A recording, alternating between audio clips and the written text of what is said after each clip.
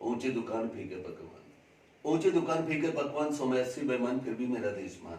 क्या करे साला, एक मच्छर आदमी को हिजड़ा बना देता है, एक मच्छर आदमी को हिजड़ा बना देता है। हमारे चुने कुत्ते हम ही को काटते हैं, हमारे इसी की बोटियां आपस में बांटते हैं, इनके सामने बात करने को हमारा जमीर कांपता है। कल पैदा हुआ बच्चा सांस लेने को आता है, क्या करे साला, वह खाए किसके पास, क्योंकि एक मच्छर आदमी को हिजड़ा बना। आपके स्टूडियो में आके रियाज जी, आपने फिल्म इंडस्ट्री में कब कदम रखा? जब कदम रखा तो आपके दिमाग में उस टाइम क्या चल रहा था कि आपको बस एक्टिंग लाइन में जाना है? देखिए, जब हमने कदम रखा उस वक्त मुझे हीरो बनना नहीं था, जीवन में कुछ न कुछ करना था। तो मैंने फिल्म इंडस्ट्री में एक्टिंग के अलावा बहुत सारे जॉब किए, हमने बहुत सारे काम किए। लेकिन हमारी सबसे बड़ी समस्या थी कि हम पढ़ाई लिखाई में कमजोर थे, इस वजह से कोई बड़ा जॉब तो नहीं कर सकते थे, कोई अच्छा कंपनी भी नहीं लग सकते थे, पढ़ाई बिना तो सब कुछ गड़बड़ है। तो मैंने सोचा कुछ क्या कर सकते हैं जहाँ पर मैं तरक्की कर सकूँ। तो 5वीं क्लास हम पढ़े लिखे, वो भी हिंदी में किए। तो मेरे जहन में आया फिल्म इंडस्ट्री जो है, जहाँ लोग हीरो बनते हैं, लाइफ बहुत लोगों की बन जाती है। तो मैंने सोचा वहाँ हिंदी डायलॉग देते हैं, हिंदी में लिखे, तो 5वीं क्लास में हिंदी तो पढ़कर मैं डायलॉग तो बोल सकता हूँ। तो जॉब करते करते मैंने सोचा यहाँ एक किस्मत आजमाने के लिए स्ट्रगल करता रहा। तो धीरे धीरे ऑफिस में कहीं शूटिंग चल रही थी, वहाँ पहुँच जाता था। जहाँ लगा यहाँ लाइट जल रही मत शूटिंग जैसा, तो वहाँ घुस जाता था मैं। बहुत जगह पर धक्के खाए, बहुत जगह काम के लिए गया। तो सबसे पहले हमें ब्रेक मिला, जिसको ब्रेक कहेंगे, वो 2003 सन 2003 में लोखंड वाला एक मोहल्ला है मुंबई में। तो वहाँ पर एक रोड पे शूटिंग चल रही थी। तो वहाँ पर एक बच्चा राजकुमार का डायलॉग सुना रहा था और दूर से कैमरा लगा हुआ था। तो थोड़ा इंटरेस्टिंग लगा मुझे, मैंने इंटरेस्ट लिया कि क्या कर रहा है। तो मुझे भी मिमिक्री आती थी, इस वजह से मैंने सोचा कि चलो अपन भी ट्राई करते हैं, शायद हो जाए। तो मैंने बीच में उनको डिस्टर्ब नहीं किया, मैंने बोले जिसका हो रहा है उसके बीच में जाना ठीक नहीं। जब पैकअप हुआ तो मैंने पहले तो खुद ही डिसाइड कर लिया कि जो लड़का कर रहा था उससे बेटर मैं कर सकता हूँ, ये कॉन्फिडेंस आ गया। तो जब मैं उनके पास गया, 3-4 बर्गर वो खाने वाली लड़कियाँ थी मोटी, वो सब हाई पॉइंट होटल के पास थी। तो मैंने जाकर कहा, मैम मैं भी थोड़ी बहुत मिमिक्री कर लेता हूँ, मुझे भी वो लड़का जो भी डायलॉग बोल रहा था ना, तो मैं भी बोल सकता हूँ, मुझे भी कोई काम मिल सकता है। तो मुझे नीचे से ऊपर से देखा उन्होंने, मुस्कुराए, बोले अच्छा डायलॉग बोल सकते हो? हाँ बोल सकता हूँ। किसकी बोल सकते हो? मैं बोला किसकी बोलना है? कई लोगों की बोलना है। तो उन्होंने कहा अच्छा किसी की बोल के बताओ। तो उस वक्त हाई पॉइंट एक होटल था, तो होटल के बाहर भी बहुत सारे लोग, उनके कस्टमर जो नाश्ता कर रहे थे, जो भी ब्रेकफास्ट कर रहे थे। तो मैंने सोचा यहाँ पर कर जाओ या मर जाओ। तो मुझे लगा ये बेवकूफ़ी समझ रहे हैं और चलो बेवकूफ़ी होंगे। तो मैंने बोला अच्छा मैं आवाज़ें निकालता हूँ। तो मैंने उनको उस वक्त एक फिल्म आई थी नाना पाटेकर की, तो डायलॉग मुझे अच्छी तरह से आता। तो मैं बोला नाना पाटेकर का आपको डायलॉग सुनाता हूँ। तो मैंने नाना पाटेकर का डायलॉग सुनाया, इतने स्पीड में लंबा था डायलॉग कि उनको बोलने से पहले जो वहाँ पर नाश्ता कर रहे थे होटल के अंदर, उन सब ने तालियां बजाई खड़े होके। तो फटाक से उन्होंने कहा आप नंबर दीजिए, आप अपना नंबर दीजिए। तो मैंने नंबर दिया उनको। उन्होंने कहा कि मेरा ऑफिस है चेन्नई में, खार में, तो लकड़ा वाला बंगलो। तो वहाँ पर हमारा एक सैटरडे या संडे था कि एक प्रोग्राम आता है, तो आपका अगर शूटिंग हम रखेंगे तो संडे को रखेंगे। बोला ठीक है, नंबर दिया, अंदर से खुश हो गया, मुझे मालूम बुलाएंगे। ऐसा तो बहुत होता है, मतलब उसको सीरियस लिया ही नहीं। लेकिन मैंने जो परफॉर्म किया वो मैंने जुनून, मैं बोला शायद कुछ हो जाए तो हो जाए। तो शनिवार को मुझे कॉल आया कि रियाज इंडियन बोल रहे हैं। बोला जी सर चैनल भी आपको पता है उसका ऑफिस? मैं बोला नहीं। बोला खार वेस्ट में लकड़ा वाला बंगलो, तो वहाँ पर शूट है कल आपका। मेरा शूट है, मुझे पता ही नहीं। बोले इसीलिए सर आपको मैंने कॉल किया है। तो मैं वहाँ गया, तो वहाँ मैं ऑडिशन देने नहीं गया हूँ, वहाँ पर प्रॉपर एज ए एक्टर मुझे ट्रीट किया गया। पूरा ऑफिस घूमा, तो वहीं से मेरा प्रॉपर यानी गानों का प्रोग्राम आता था, तो मैं रेगुलर करने लगा। उनका एक गानों का प्रोग्राम था, तो बीच में मैं मिमिक्री करता था।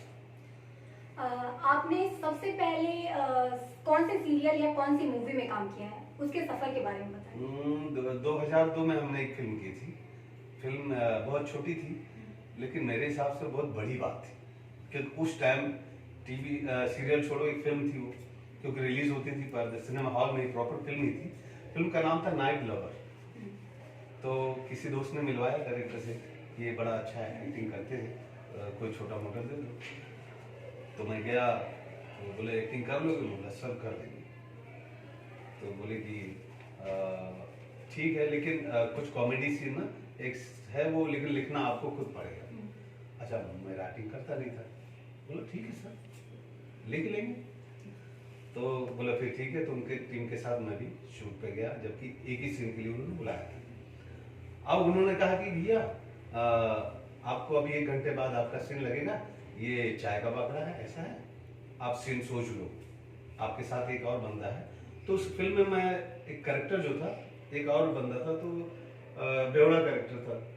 मतलब पूरा दिन का जद्दोजहद जो उसका था, तो वो रात को बार में जाके पीने के लिए पूरी मेहनत करता था, यहाँ तक कि चोरी भी कर सकता है पीने की, इस टाइप का कैरेक्टर था, कॉमेडी टाइप। और पहले ही मैं इतना दुबला, अभी तो आपको दिख रहा हूँ, पहले और ज्यादा दुबला था। तो मैंने सोचा ये एक सीन तो कहा है इन्होंने, अगर वो एक सीन अगर मैं पढ़ दूंगा तो फिर वो नहीं हुआ तो मेरा पैकअप हो जाएगा। तो मैंने 3 सीन लिखे। बोले ये नहीं तो ये नहीं तो ये। बोला सर डायरेक्टर साहब ये देखिए सर, ये ऐसा ये कर सकते हैं, ये ऐसा कर सकते हैं, ये ऐसा कर सकते हैं।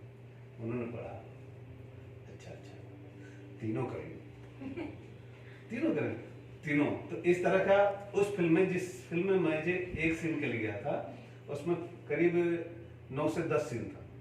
और जब फिल्म पर्दे पे देखे तो सबसे अच्छा काम हमारा था। आप एक मिमिक्री आर्टिस्ट भी हैं, किन किन एक्टर्स का आप मिमिक्री करते हैं, कुछ सुनाइए। एक्टर का तो करीब 50 आवाजें करता हूँ मैं, लेकिन कुछ आवाजें हैं जो लोग पसंद करते हैं।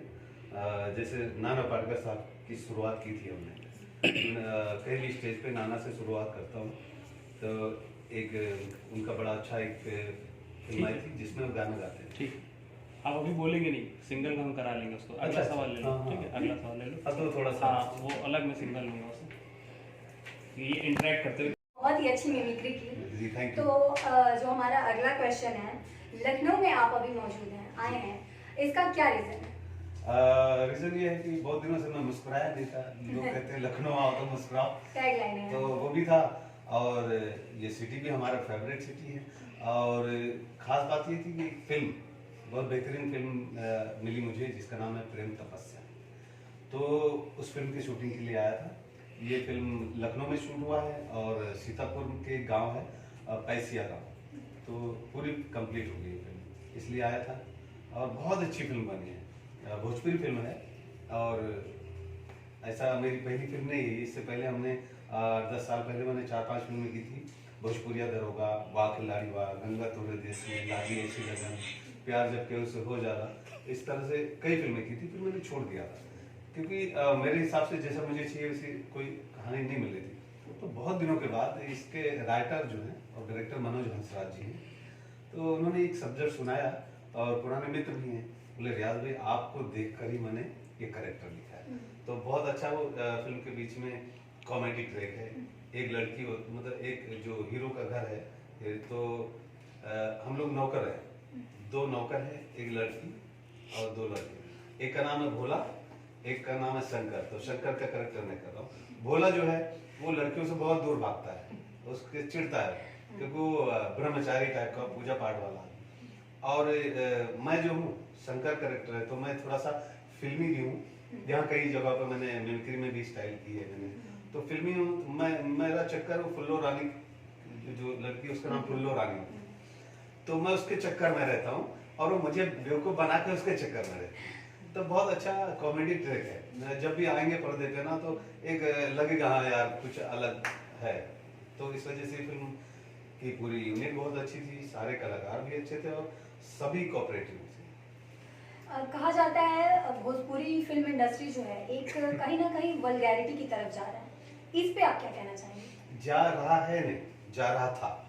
यही वजह है कि बीच में 10 साल के बाद मैंने भोजपुरी में वापस कदम रखा है, क्योंकि उसी वजह से, क्योंकि भाई फिल्म ऐसी होनी चाहिए, फिल्म यानी मनोरंजन, फिल्म ऐसी होनी चाहिए जो हम अपने माँ बाप भाई बहन सबके साथ बैठ कर देख सकें। तो इस तरह की फिल्में बहुत लोगों ने बिगाड़ दिया था, कुछ फिल्में आई थी, नाम नहीं बताऊंगा। तो इस वजह से थोड़ा सा भोजपुरी के नाम से ही लोगों का चेहरा कुछ अजीब बना लेते थे, भोजपुरी को मैं छोड़ गया।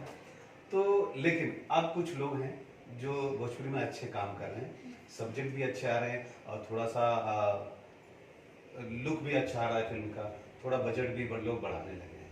और आजकल तो उत्तर प्रदेश में सबसे ज़्यादा भोजपुरी फिल्मों ने अपना अड्डा जमा रखा है। भोजपुरी इंडस्ट्री में आपका रोल मॉडल कौन है? भोजपुरी में मेरा पसंदीदा कलाकार, देखिए कलाकार तो बहुत सारे हैं, बहुत अच्छे हैं, लेकिन मेरा पसंदीदा कलाकार है जिन्हें मैं पसंद करता हूँ, अवधेश मिश्रा। अवधेश मिश्रा खलनायक है फिल्म में। अब आप बोलोगे खलनायक में तुम्हारी पसंद कैसे, तो एक्टर होता है। तो उनके साथ मैंने एक फिल्म की थी वाह खिलाड़ी वाह, जिसको प्रोड्यूसर थे अनुप जलोटा। तो उस टाइम उनके साथ काफ़ी समय रहे भी और उनका काम देखा था मुझे। तो अवधेश मिश्रा मुझे बहुत पसंद है। उत्तर प्रदेश में फिल्म इंडस्ट्री बन रही है, तो आजकल के जो युवा हैं मुंबई की तरफ भाग रहे हैं, उनसे आप क्या कहना चाहेंगे, उनको क्या संदेश देना चाहेंगे? देखिए मुंबई की तरफ आज की युवा नहीं, जमाने से लोग भाग रहे थे, है ना, क्योंकि सबके नज़र में एक ही ख्वाब देखे तो सीधा बम्बई, क्योंकि अच्छा हो बुरा हो बम्बई पहुंचने के बाद ही हो, अंजाम जो भी हो मुंबई पहुंचना एक मतलब पहला कदम होता है। लेकिन आजकल जो है उत्तर प्रदेश में जैसे फिल्म सिटी बन रही है और वो तो बनी रही है, तो इसका बहुत लाभ होगा हमारे उत्तर प्रदेश, खास करके अब अगर ये काम पहले हुआ होता तो मुझे माँ बाप भाई बहन परिवार को छोड़कर मुंबई जाने की क्या जरूरत थी। तो अब बहुत सारे लोग हैं, अरे कई बार तो लोग बिना टिकट भाग जाते थे मुंबई। तो अब अगर यहाँ फिल्म सिटी बनेगा तो उत्तर प्रदेश को बहुत लाभ होगा, क्योंकि एक तो फिल्म इंडस्ट्री बन जाएगी और यहाँ बहुत सारे लोगों को रोजगार मिलेगा, बहुत लोगों को काम मिलेगा। जो वहाँ पर बाहर वाले ही काम करते थे वही यहाँ ज़्यादा बेनिफिट होगा। वैसे तो मैं इस गले से 50 एक्टर की आवाज़ें निकालता हूँ, लेकिन कुछ आवाज़ें हैं लोग जो मुझसे ज़्यादा पसंद करते हैं, बल्कि कुछ लोग कहते हैं कि बॉलीवुड में वो आवाज़ लाने वाला मैं हूँ। जैसे कि अमरीश पुरी जी की लोग बहुत पसंद करते हैं, नाना पाटेकर साहब की। तो कुछ आवाज़ें मैं आपको सुनाता हूँ।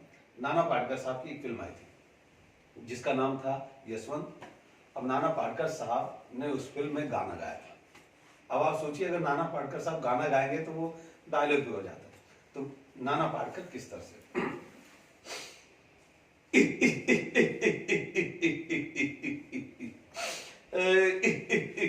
ऊंचे दुकान फीके पकवान, ऊंचे दुकान फीके पकवान, 180 बेईमान फिर भी मेरा देश मान। क्या करे साला, एक मच्छर आदमी को हिजड़ा बना देता है, एक मच्छर आदमी को हिजड़ा बना देता है। हमारे चुने कुत्ते हमें को काटते हैं, हमारे सिक्के बोटियां आपस में बांटते हैं, इनके सामने बात करने को हमारा जमीर कांपता है। कल पैदा हुआ बच्चा सांस लेने को आता है, क्या करे साला, वह खाई किसके पास, क्योंकि एक मच्छर आदमी को हिजड़ा बना देता है। अब आप सोचिए इतना खतरनाक डायलॉग सुनने के बाद मच्छरों का क्या होगा। मच्छरों को बहुत बुरा लगा कि आखिरी फिल्म इंडस्ट्री वाले मेरी इतनी बुराई क्यों कर रहे हैं। जब ये लोग हमारी बुराई कर रहे हैं तो हम इनको काटेंगे, इनको ही सताएंगे। तो हमारे ये मच्छर अगर किसी फिल्म स्टार के पास जाएगा काटने के लिए तो अपने अंदाज में किस तरह भगा सकते हैं। हमारे बहुत फेवरेट थे और बहुत बेहतरीन कलाकार जिन्हें प्यार से लोग दादा मुनि अशोक कुमार कहते थे, दादा मुनि कहते थे। मैंने फील किया अगर वो आज के दौर में होते और मच्छर उनके कमरे में जाता तो भगाते तो किस अंदाज में, अशोक कुमार साहब। अरे मच्छर, अरे मुझे काटना चाहता है, अरे मुझे मत काट, अरे मुझे काटेगा तो तुझे दम्मा हो जाएगा, क्योंकि मैं दमे का मरीज हूँ और वैसे भी मेरा खून पीकर ना तुझे मजा आएगा ना मुझे मजा आएगा। अरे मेरा खून पीकर तुझे ऐसा लगेगा जैसा तूने थम्स अप पिया हुआ, एक काम कर, काटना तो जाकर परेश रावल को काट, उसका खून गर्म है आजकल, वो काम नहीं कर रहा। जा, चले जा। तो वहां से मच्छर चला जाता परेश रावल साहब, वो अपने टिपिकल अंदाज में बताएंगे कैसे। सब पागल हो गया है या बौखला गया है? चलो मैं तो समझा तब विकृत हो गया, लेकिन ये तो कुछ भी नहीं निकला। देख मच्छर, अरे काटना है तो मुझे अपना पार्टनर बनो, दोनों पार्टनरशिप में काटने, तेरा भी फायदा मेरा भी फायदा, भारत माता इससे कुछ नहीं आता, चल फट। इनके पीछे शक्ति कपूर साहब कहीं थे, उनके पास जाते हैं, शक्ति कपूर भगाते हैं किस तरह से। आओ ताक दिन आओ, अरे मुझे काटना चाहता है, अरे मुझे काटना तो काटना, नो प्रॉब्लम, लेकिन अगर तू समझता है मुझे काटने से मेरी शक्ति तुझ में आ जाएगी तो तेरी गलत फहमी है, क्योंकि मेरे अंदर तो शक्ति रही नहीं, सारी शक्ति घर के काम करने में खत्म हो गई। आओ मैं जाऊं ललिता। इनके पीछे जॉनी लीवर साहब कहीं शूटिंग कर रहे थे, और जॉनी साहब मच्छर को देखते किस तरह भगाएंगे। अरे मच्छर मेरे भाई, मेरे जिगर में फेफड़े, मुझे मत काट। देख मच्छर, मेरे भी के छोटे छोटे बच्चे, ये पहला लड़का इसका नाम राजू, खाते काजू और बड़े दुकान बाजू। मच्छर एक दूसरे लड़का एक नंबर को लुच्चा, बड़े को टपोरी बनेगा। मच्छर मेरा खून मत पी, पीने तो नारियल पानी पी और निकल ले। वहां चले गए, वहां से शाहरुख खान साहब के पास चले जाते हैं लास्ट में। तो किस तरह से बोलते हैं शाहरुख खान साहब मच्छर को देखती, ए सालो, ए मच्छर, अरे यार, अरे मुझे काटना चाहता है, क्या कमी है मुझ में? अरे राघव साबुन से नहाता हूँ यार, मैं सुनीट कार में घूमता हूँ यार, अरे मुझे मत काट मच्छर, आई लव यू मच्छर। मच्छर ने सोचा किरण को छोड़कर मेरे पीछे पड़े, भागो यहाँ से। अमरीश पुरी साहब का बहुत पसंद करते हैं लोग, मुझे कोशिश करता हूँ, थोड़ा सा गला थोड़ा सा वजन लग रहा है, कोशिश करता हूँ वजन आवाज अमरीश पुरी साहब की। अमरीश पुरी साहब का एक डीडी अजय का बड़ा अच्छा डायलॉग है। तो अमरीश पुरी, जो मैंने उनको खुद सुनाया था अमरीश पुरी जी को, तो बहुत वाहवाही की थी उन्होंने। अमरीश पुरी, कमीने साले बेशरम, अपने आप को हिंदुस्तानी कहते हैं? ऐसे हिंदुस्तानियों को तो चुल्लू भर पानी में डूब मरना चाहिए। एक बेगैरत आया था बियर लेने, मैंने कहा स्टोर बंद हो चुका है, जबरदस्ती उठा ले गया, और तो और लज्जो, दुर्गा की मूर्ति तो तोड़ दी उसने। मैं तो कहता हूं तू शुक्र कर भाग्यवान जो अंग्रेजी पन के चक्कर में नहीं पड़ी, वरना वही हाल होता, धोबी का कुत्ता, न घर का न घाट का, मुगेम्बो खुश हुआ। तो इस तरह से बहुत सारी आवाजें हैं, सुनाएंगे तो सुबह हो जाएगी, पूरी करेंगे तो। ठीक, वापस ले लो फिर से।